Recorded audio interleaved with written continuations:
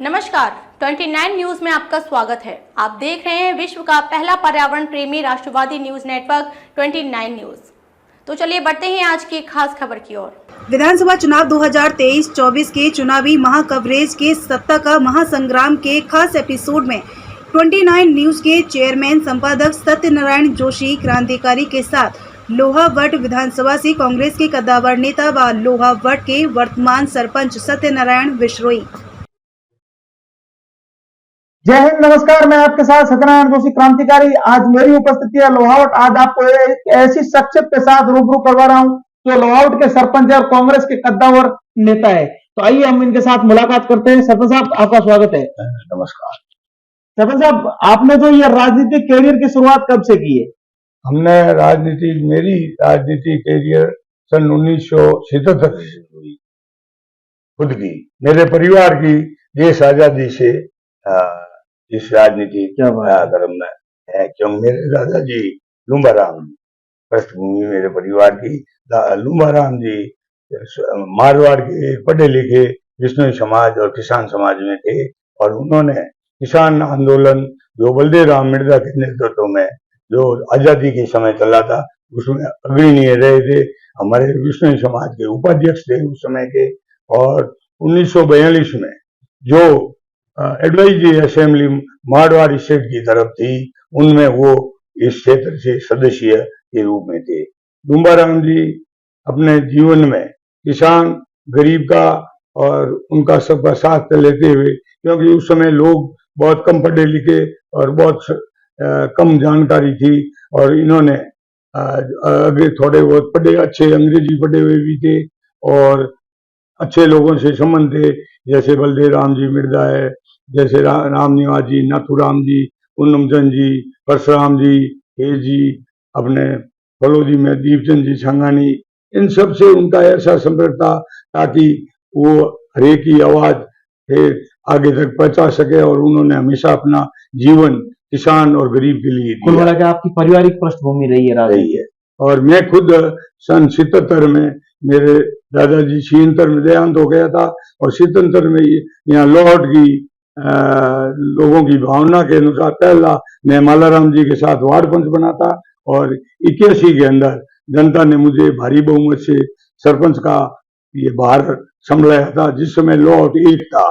आज तो 10 पंचायत हो गई है, उस समय एक था और उस समय से लगातार मैं सरपंच पद और अन्य उपप्रधान और जिला परिषद सदस्य और मेरे परिवार में मेरी पत्नी समिति सदस्य भी है।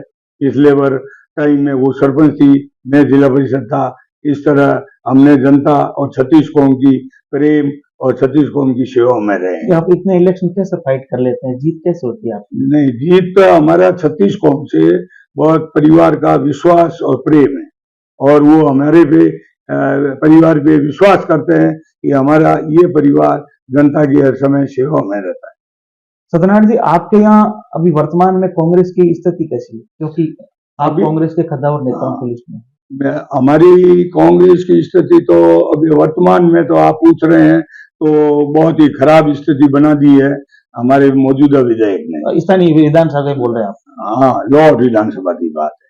इसमें विधायक जी ने लोगों को साथ लेके नहीं चले। हमने बहुत उम्मीद से इनको 41,000 मतों से जिताया था। अशोक जी गहलोत ने जब हम सब टिकट मांग रहे थे तो यही तय किया था जिसको टिकट मिलेगा हम उसको साथ देकर जिताएंगे। तो हमने कृष्णाराम जी को जब टिकट मिल गया, भाग्य होता है अपना अपना, हमारा भाग्य, मैं 8 से ही कोशिश कर रहा हूँ। 8 से ही अशोक जी मुझे हर बार थोड़ा कोई कारणों से रोकते रहे कि अब की बार मेरे से बहुत अच्छा प्रेम रखते हैं अशोक जी। यहाँ कई बार मेरे घर पे ही आए हैं, कई फंक्शन यहाँ कई सभाएं की है और मुझे तन्नौट से साथ लेकर के पूरे लोहावट की चर्चा करके यहाँ एक मीटिंग भी करी थी और उन्होंने लगभग तय कर दिया था, लेकिन मेरा भाग्य नहीं, भाग्य के कृष्णाराम का साथ दिया तो हमने इनको कोई कमी नहीं रखी और आर्थिक रूप से चाहे जनमत से अच्छे वोटों से जिताया और उम्मीद की गया जनता और कार्यकर्ताओं को लेकर चलेंगे, लेकिन इन्होंने कार्यकर्ताओं को खत्म करने के अलावा कोई काम नहीं किया है। अब विकास का काम कहते हैं तो विकास तो अशोक गहलोत के दिल में लोहावट ऐसा बसा हुआ है कि ये जब यहाँ से MP जितनी बार ही जीते हैं, लॉर्ड ने बहुत अच्छी उनकी मदद की है। लॉर्ड के मैं और मालाराम जी सभी अशोक जी के साथ रह करके किया, इनको समर्थन दिया था। इसलिए जो विकास अशोक जी ने कराया है वो अपने प्रेम भाव से कराया है, और विकास हर सरकार में होता है। अशोक जी के इस कार्यकाल में कुछ विशेष विकास हुए हैं या योजनाएं आई है, उससे जनता खुश है। लेकिन हमारे कृष्णाराम जी खुश करने में नहीं, हरेक को पुलिस से, प्रशासन से इतना आपके यहाँ सबसे बड़ी समस्या यही है कि पुलिस अधिकारी यहाँ टिकता नहीं है। पुलिस अधिकारी बोले बड़ा दबाव मेरे ऊपर रहते हैं, हर पुलिस अधिकारी जब अनऑफिशियल बात होती है तो बोला दबाव रहता है, इसलिए ये क्या कारण है? 2-3 महीने से ट्रांसफर करके चले जाते। पुलिस अधिकारी क्या है, चाहे SDM हो, चाहे तहसीलदार हो, चाहे BDO हो, ये कोई ये नहीं कह सकता है कि ये इसका सबका दबाव। राजनीतिक MLA अपनी हुकूमत, अशोक जी की अपनी बात परिस्थिति ऐसी हो गई कि MLA को सभी को अधिकार दे दिया कि यही हमारे मुख्यमंत्री है, और उन्होंने दुरुपयोग किया। यहाँ अधिकारी कोई आता है उसको क्या कुछ लेन देन करके आना लेन पड़ता देन है? है, क्या लेन देन है साहब? अब आप अगर आम जनता से पूछो तो भ्रष्टाचार हर इंसान के मुंह से बोल रहा है। तहसील में जाओ तो रजिस्ट्री है 10,000 से लाख तक होती है, ऊपर छोटे। ये कोई तरीका है? कहीं न कहीं माननीय मुख्यमंत्री जी की छवि खराब नहीं हो रही है? मुख्यमंत्री जी क्यों हुई? MLA की हो रही है, मुख्यमंत्री जी की आ गई। थोड़ा यहाँ इस वजह से मुख्यमंत्री जी की हाँ, थोड़ा इससे जरूर होता है कि भाई कमांड तो वही संभालता है, पर मुख्यमंत्री जी के इससे कोई नहीं लेना। ये तो अपने आखिर जिम्मेदार अधिकारी अपना जिम्मेदार कौन है? जो CM की छवि खराब हो रही है उन्हीं की गृह जिले के अंदर, और ये इनका जिम्मेदार कौन है? यहाँ पे MLA मौजूदा जो भी, चाहे यहाँ हो चाहे दूसरी जगह, कई दूसरी कॉन्स्टिट्यूशन में जो समाचार आ रहे हैं, तो क्या ऐसे व्यक्तियों को वापस टिकट देना चाहिए? टिकट लोगे तो मामला जनता तो सहन नहीं करेगी। जनता इनको मानस बना चुकी है यार, हाईकमान को, और मैं तो कहूँगा CM साहब को हम बता चुके हैं, ये स्थिति बता चुके हैं कि इनकी कोई छवि नहीं रही है। आप नया चेहरा, नया आदमी कोई अगर सामने लाओ तो कांग्रेस के बेचारे जो कार्यकर्ता है या जो वोटर्स हैं वो नर्वस हुए बैठे हैं कि क्या करें, किस तरफ जाएं। उनको मजबूर होकर दूसरा डिसीजन लेना पड़ सकता है। लेकिन शायद हमारी उम्मीद है कि अशोक जी इस बात को, हाईकमान इस बात को सुनेगा। अक्सर फरोदी में जब भाषण देने आते हैं कृष्णाराम जी, तो उनका एक बात रहता है कि मैंने जिला बनाया है। तो क्या जो लोग पहले संघर्ष कर रहे थे उनका संघर्ष व्यर्थ चला गया? नहीं, आपने जिला बनाया ये बात आपको 5 साल अब हुए हैं। लालजी थानवी और बड़ा लंबा संघर्ष किया। तो इधर बाबाराम जी कहते हैं कि मैंने कई बार ये आवाज उठाई है विधानसभा में। हाँ, बाबाराम जी ने आवाज उठाई है। मैं तो कहता हूँ अशोक जी के खुद के दिल में, जब पहले एक बार फरोजी में आए थे, कृषि मंडी के अंदर प्रोग्राम हुआ तो उन्होंने कहा जिला समकक्ष कार्यालय, उस समय ADM कार्यालय, एडिशनल SP कार्यालय खोले थे। उनकी भावना शुरू से ही था कि मेरा फरोजी, उनको जोधपुर जैसे ही फरोजी से लगाव है। उन्होंने मेरे फरोजी को कैसे आगे बढ़ाऊं, उसी के तहत उन्होंने जब पूरे राजस्थान बनाया तो पहला उनको फरोजी का बिल्कुल था। ठीक है, ये जनप्रतिनिधि एक आदमी एक आदमी अगर खुद क्रेडिट लेता तो कहीं ना कहीं ये कार्यकर्ताओं को भावना आत नहीं होती कि ये हम सब थे। नहीं, ये तो इसका घमंड है। MLA साहब का घमंड है कि ये काम मैं कराता हूँ, नींद में गुड़काता हूँ।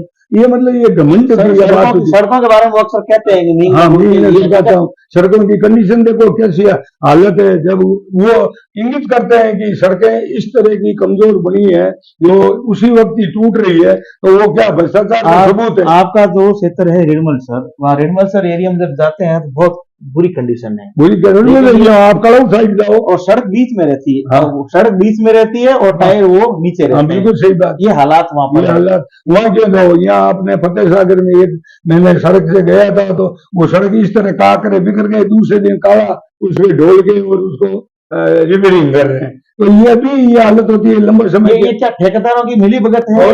ठेकेदार और अधिकारी, यहाँ PWD के अधिकारी है, वो इनके चाहे रिश्तेदार हो चाहे कैसे भी हो, जमे हुए इनको लेके ठेकेदार लोग चलते हैं। ये बात इस वक्त है। अब कहने में अब तो समय आ गया है, अगर आप नहीं बोलोगे जनता के सामने सही आवाज नहीं जाएगी, सही स्थिति नहीं जाएगी, जनता कैसे निर्णय कर पाएगी?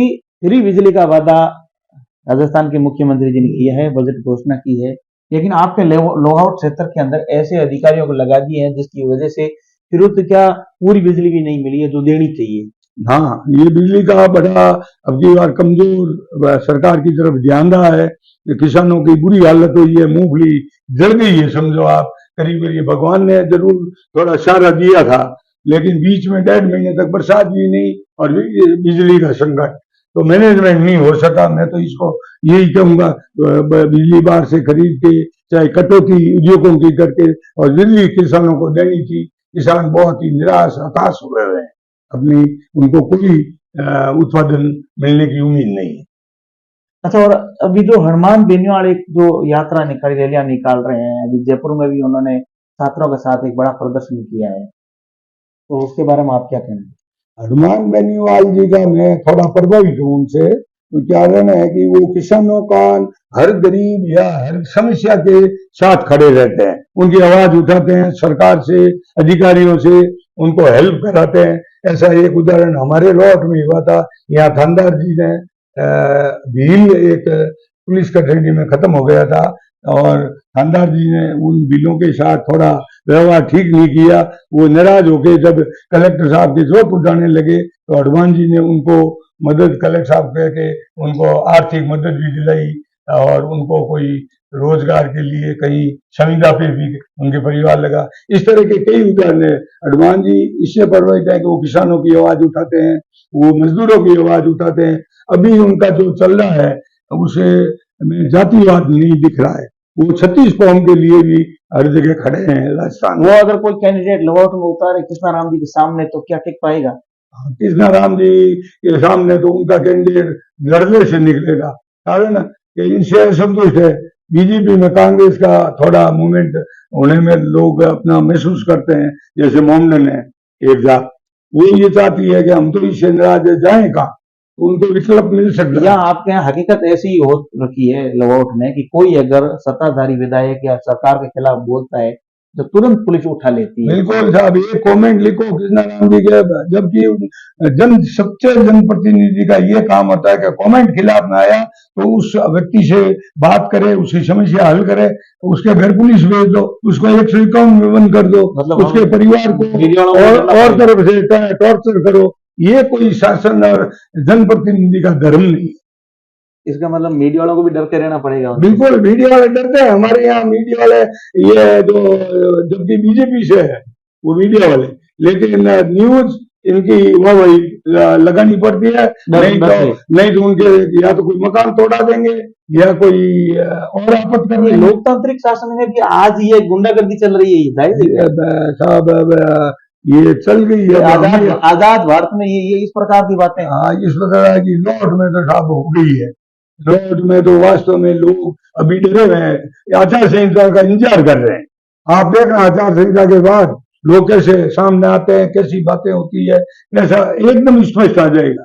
इसमें कोई नहीं। ठीक है, अभी किन्हीं को कह देते हैं कि कमेंट लिख दो कि सत्यनारायण जी ने समाज को क्या भाषा के रूप में चंदा दिया। अरे आपने कितना दिया वो तो लिस्ट में जारी कर दो। हमारी परिवार की तो छोड़ो, हमारे परिवार ने स्मार्ट वार्ड के लिए लुम्बा राम जी के परिवार ने क्या किया है, हमारे बच्चों ने डॉक्टर है, लोगों की कैसे सेवा कर रहे हैं। बीजेपी की एक परिवर्तन यात्रा भी निकली थी। हाँ, बीजेपी की यात्रा, हाँ वो निकली थी। उनके कार्यकर्ताओं में वो था, मुझे तो उसमें कुछ ज्यादा दम नहीं दिखा बीजेपी की रैली क्या है परिवर्तन में, क्योंकि अभी वहां भी लोगों को आशा नहीं है, क्योंकि उनके भी आपसी विवाद चल रहे हैं। अच्छा, अगर कोई पार्टी अगर आपको टिकट दे, आप यहाँ लोहाट में नया क्या करेंगे? लोहाट की जनता आपको क्यों पसंद करेगी? मैं तो पहली बात तो आपको ये बताऊं कि मैं और मेरा परिवार लुम्बा राम जी से लगा के जनता कुछ विश्वास है, हमने विकास कर रहे हैं। आज हमें एमएलए 1 फुट भी कस्बे के अंदर, मुख्यालय उपखंड के अंदर कार्य नहीं किया, ठीक है ना। तो भी अच्छा, तो भी हमने पंचायत स्तर पे गांव में गलियों में सड़कें बनाई हैं, लाइटों की व्यवस्था चल रही है, साफ सफाई नगर पालिका की तरह चल रहा है। तो बाहर के लोग आते हैं, देखते हैं, हमारा स्वभाव देखते हैं। हम किसी का मतलब एंटी राजनीति काम नहीं करते। हमारे सामने सरपंच के चुनाव भी लड़ते हैं, विरोधी भी है, लेकिन हमारा व्यवहार है कि काम सबका करना, विकास करना। आज लोहाट की आप देखो हिरण अभ्यारण्य बना है, हमने उसमें देखा, माधव गौशाला है, हमने उसमें भी सहयोग है। जो भी होता है, मैं ये मेरी इच्छा है कि अगर मुझे कहीं अगर पार्टी अगर ये प्रतिनिधित्व का मौका देती है तो लोहावट विधानसभा का विकास का एक रूप, जो कल अशोक जी जो मैंने देखा ऐसे स्थान हमारे यहाँ खूब है, वो सूरपुरा सफारी पार्क, ऐसे यहाँ लोहावट में स्थान है जो पर्यटक की दृष्टि से आगे आ सकते हैं। लेकिन ये करने वाला चाहिए, ये कहना नहीं है कि मेरी हेकड़ी चले, मेरी तानाशाही चले और मेरा भ्रष्टाचार चले, ये कभी जनता स्वीकार नहीं करी। एक बार धोखा खा जाती है, खा लिया धोखा। एक आपसे ये कि ये हनुमान बेनीवाल जी का क्या कांग्रेस में जाने का संकेत है? ये मीडिया में चर्चा चल रही है और बाकी थोड़ा ऊपर लेवल का हाईकमान का है, हमें इसकी इतनी जानकारी नहीं है, वो ऊपर लेवल की बात है। धन्यवाद। अभी हमने आदरणीय लोहावट सरपंच सत्यनारायण जी के साथ बातचीत की। मिलते हैं अगले शख्सियत के साथ, तब तक के लिए जय हिंद। खबरों में अब तक के लिए बस इतना ही, फिर होगी आपसे मुलाकात कुछ ऐसी ही खास खबरों के साथ। तब तक के लिए नमस्कार और देखते रहिए 29 न्यूज।